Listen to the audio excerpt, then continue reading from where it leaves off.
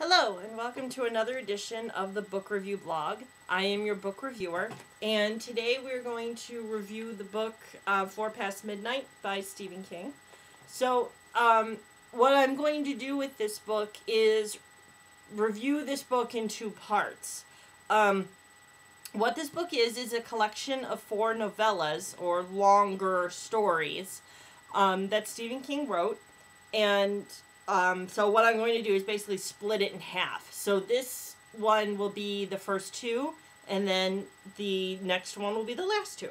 So, honestly, I'm not actually done with it, as you can see, so this is a good opportunity to review the first two books, which I am done with, so there you go. The first story in this story is called The Langoliers. This is a story about a pilot named Brian Engel, and he has just flown from basically Tokyo to Los Angeles. And while he was flying, there was like a little problem where I think something in the plane, there's like an opening in the plane. So, obviously that's not a little problem, but he got through it, and there really wasn't any repercussions from it or anything, but he was still shaken up about it. And when he arrives at LAX, he is approached by somebody from the airport that has told him that his ex-wife has died, and his ex-wife lives in Boston. And so now Brian is having to take a red-eye from Los Angeles to Boston. And so he gets in his plane and, as a passenger, and he sits and talks with a flight attendant. And the flight attendant is saying, I heard, this is going to be a pretty good, standard routine flight, but I did hear that there's going to be some aurora borealis happening over the Mojave Desert. You might want to stay up for that. And he was like, okay, fine, whatever. But he's exhausted because, again, he just spent, so many hours on another plane that he falls asleep. And the next thing that Brian realizes is that he has woken up from his sleep by a child screaming on the plane. And this child's name is Dinah Bellman. And Dinah is 9 years old, and she is blind.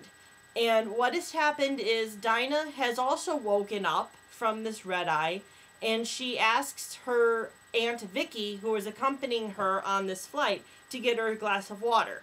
And she doesn't hear Vicky respond, and she feels around, and Vicky isn't there.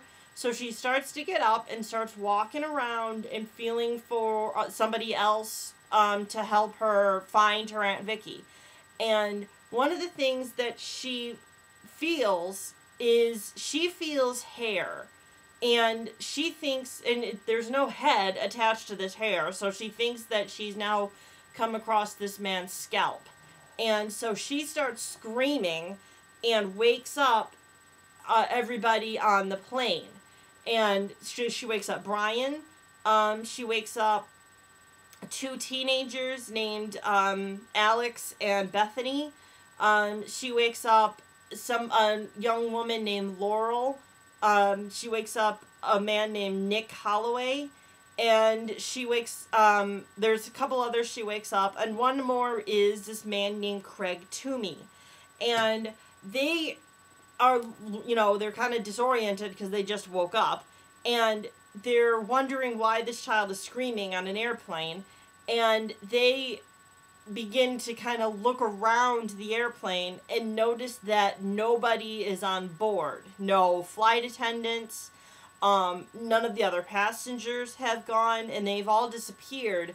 But what they've left behind is objects that they were wearing on them. Like, they've left the clothes, they've left purses, rings. There are actually things that are inside the body. Like, Alex finds, surgical pins, and they find, dentures and different, caps on teeth and things like that. And they're like, this is really weird. What is going on? So, Brian kind of takes in his pilot's instinct, I guess, and he goes and sees what's going on in the cockpit of the plane and notices that the plane is now on autopilot. So he takes over and flies the plane. And where the plane is then is over Denver. And so he starts calling the radio to airports around the area. Like, first he calls Denver, and Denver doesn't respond. Then he calls Omaha, Omaha doesn't respond, and so on and so forth. So what they end up doing is then Brian decides, okay, we've got to, something is definitely wrong, obviously, and we've got to land this plane. But you can't land it in Boston. You've got to land it in Bangor, Maine.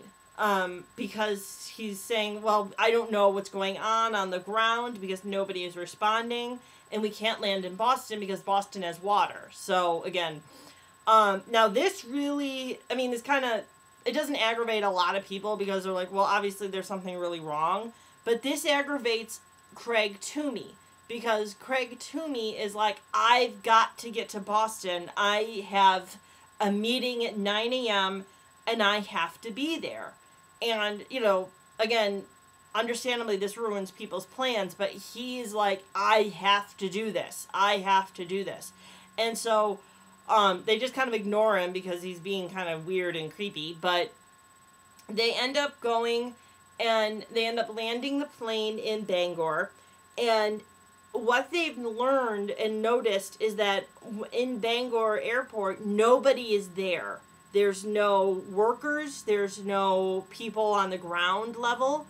And there's, like, nobody.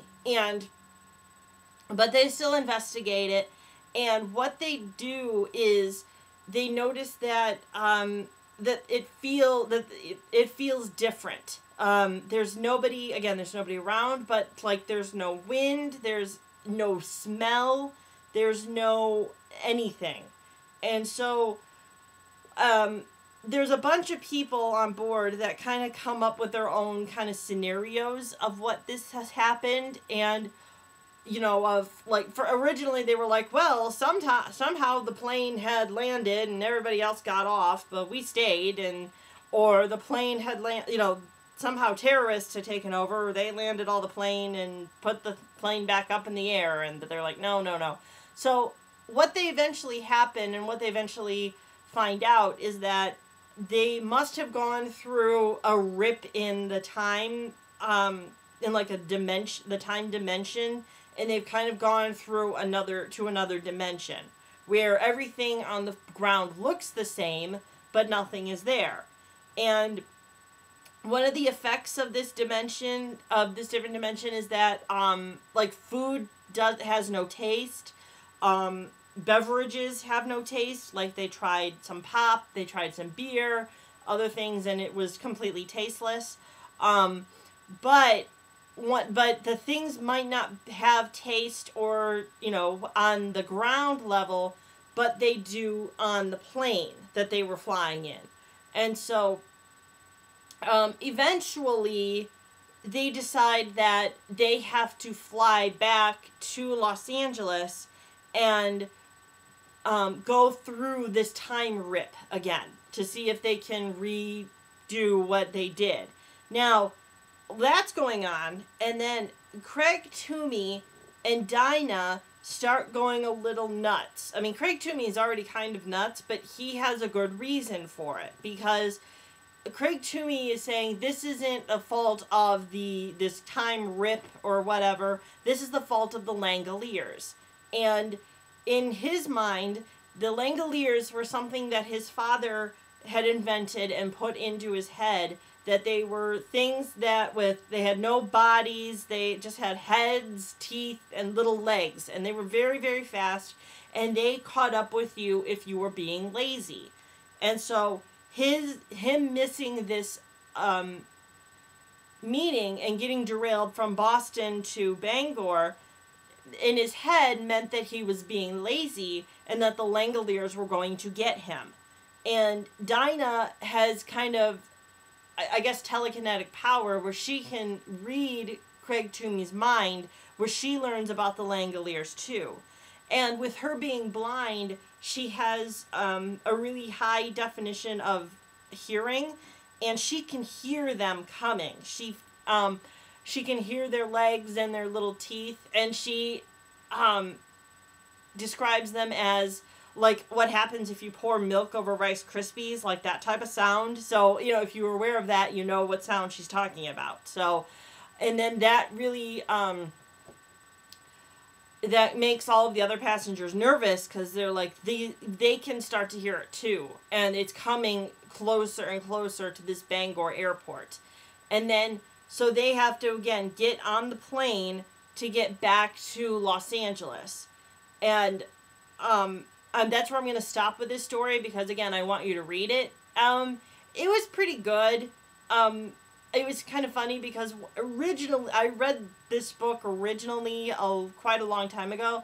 And the first time I read this book was on an airplane. So I don't recommend that, but I didn't know what it was about at the time. So anyway, the next story in the 4 Past Midnight is called Secret Window, Secret Garden.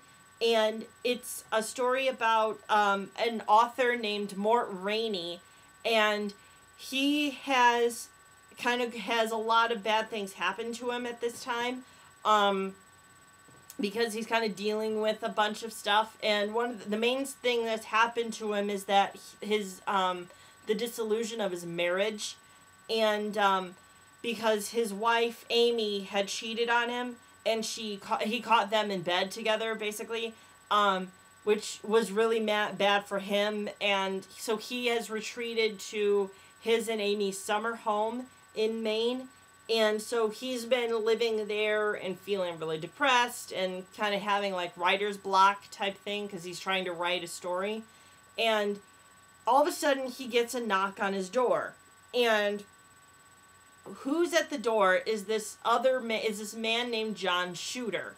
And John is holding up a manuscript, and he tells Mort, "You stole my story."